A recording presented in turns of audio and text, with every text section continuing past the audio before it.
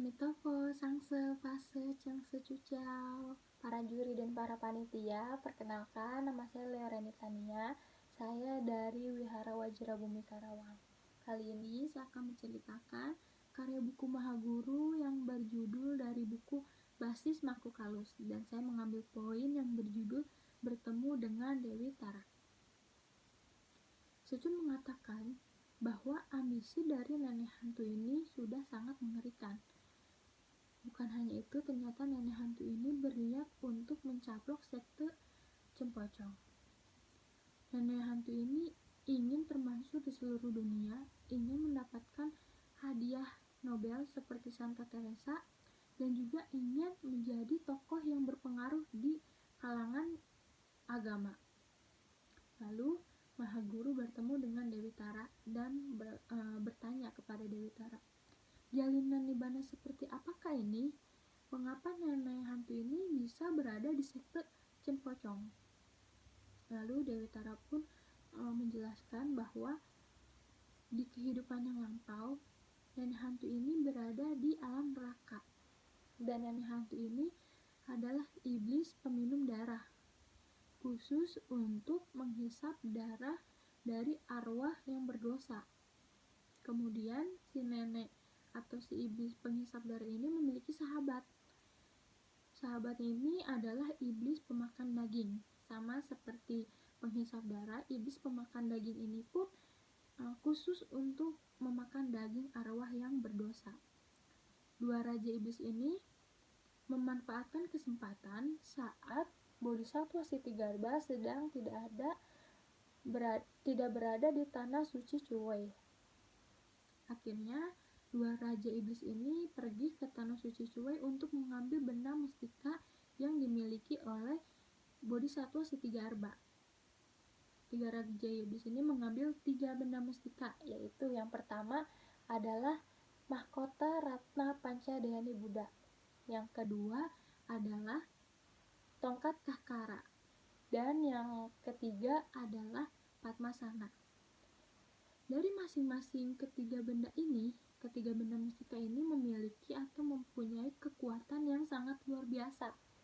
Yang pertama adalah dari mahkota Ratna Pancadayani Buddha, mampu mendatangkan kehormatan dari manusia dan dewa, serta mendatangkan benda mustika di seluruh dunia, dan mampu juga memunculkan segenap sambara. Dan yang kedua adalah tongkat Kahkara, mampu membuat para dewa dan seluruh makhluk astagyata ini menuruti amanat pemegangnya, dan dapat juga menaklukkan siluman. Lalu yang ketiga adalah Padmasana. Padmasana ini mampu menjelajahi desa Dharmadhatu dan terbang ke tanah suci Buddhaseta manapun. Tiada alam yang tidak bisa dicapai dengan Padmasana. Kemudian dua raja iblis ini akhirnya bertengkar karena pembagiannya tidak rata, karena bendanya hanya ada 3. Jadi yang satu ingin memiliki lebih, dan satu juga pun sama ingin memiliki lebih. Akhirnya gak ada yang mau mengalah satupun. Akhirnya dua raja iblis ini bertengkar, adu mulut, dan ingin, yang satu berkata, si penghisap darah berkata, saya akan menghisap habis darah kamu. Lalu si pemakan daging pun berkata, saya juga akan memakan habis daging kamu. Dua raja iblis ini yang tadinya bersahabatan akhirnya cekcok atau berkelahi. Tepat pada saat itu, pada saat dua raja iblis ini sedang beradu mulut, secara kebetulan Mahapadma Kumara Putih yang ingin berkunjung ke tanah suci Cuwei untuk bertemu dengan Bodhisattva Sitigarbha akhirnya bertemu dengan dua raja iblis ini yang sedang berkelahi atau beradu mulut.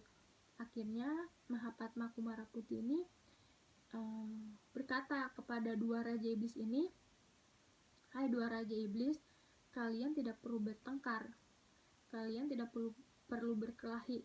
Berikan 3 benda mustika ini kepada saya, maka saya akan membaginya kepada kalian secara rata, dan saya akan menjadi penengah kalian untuk membaginya. Dan dengan tanpa ragu-ragu, dua raja iblis ini akhirnya memberikan ketiga benda mistika ini kepada Mahapadma Kumara Putih.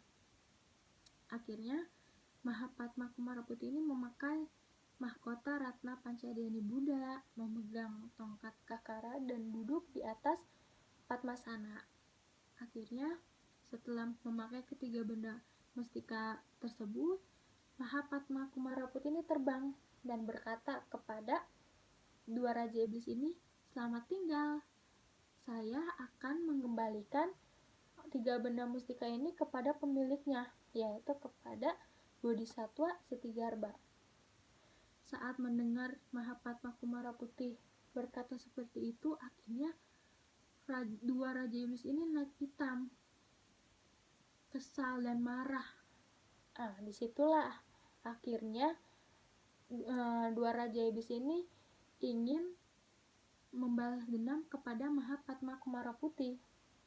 Inilah nidana dari nenek hantu ini di sekte Chin Pocong, karena ingin mencari Mahapadma Kumara Putih, cari Secun untuk membalaskan dendamnya. Lalu Secun berkata kepada Dewi Tara. Saat Dewi Tara telah menjelaskan tentang nenek hantu tersebut, Secun bertanya lagi kepada Dewi Tara, "Nidana seperti apa ini? Saya kan hanya membalikan 3 benda ke pemiliknya atau ke Bodhisattva Sitigarbha." Lalu Dewi Tara pun menjawab, "Iblis menghisap darah dan iblis pemakan daging ini tidak mempunyai pikiran seperti itu. Yang mereka pikirkan adalah karena Mahapadma Kumara Putih telah mengambil atau merebut benda dari tangannya, sehingga dua raja iblis ini akhirnya dendam kesumat kepada Mahapadma Kumara Putih." Lalu Secun pun bertanya lagi kepada Dewi Tara, "Mengapa si nenek hantu ini dapat membuat neraka pinggiran di kehidupan kali ini?"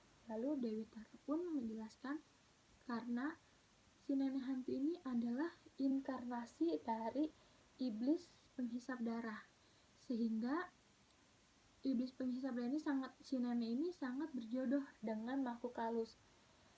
Selain itu juga si nenek hantu ini telah melatih sadhana penyeberangan arwah dan ritual api homa dari Mahaguru, sehingga hatinya dapat membuat neraka pinggiran atau geraha altar. Lalu Mahaguru pun bertanya kembali, "Apakah kekuatan yang dimiliki si nenek hantu ini real?" Terus Mahadewi Tara ini pun menjawab seperti yang dikatakan oleh Mahadewi Yauci, bahwa kekuatan yang dimiliki si nenek hantu ini itu tidak real. Si nenek hantu ini hanya menggunakan kekuatan makhluk halus dan kekuatan berbohong. Seperti itu. Jadi kita simpulkan bahwa dengan kita memiliki hati yang serakah, niat yang jahat, niat yang buruk, pemikirannya juga tidak akan jernih, sudah diliputi oleh keserakahan dan kejahatan dan kebencian di dalam hatinya. Oleh sebab itu, mengapa si iblis ini inkarnasi lagi menjadi nenek hantu? Karena adanya jalinan karma yang terus mengalir. Jadi di kehidupan lampau dan kehidupan yang datang, si nenek ini tetap jadi hantu atau tetap jadi jahat, karena karma yang diperbuat di masa lampaunya pun sudah berat, sudah memiliki hati yang jahat, hati yang kotor, terus punya sifat serakah dan tidak mempunyai akal pikiran yang sehat. Makanya masih terus menjalin karma sampai sekarang hingga saat ini. Jadi kalau kita mempunyai niat yang kotor, hati yang serakah, hati yang jahat, maka karmanya pun akan terus berulang. Jadi semoga kita tidak memiliki hati yang kotor seperti nenek iblis yang terus menjalin karmanya. Semoga kita selalu tekun bersadana, terus melatih pikiran kita hingga kita menjadi calon-calon Buddha. Seperti seperti itu. Terima kasih, Amitofo.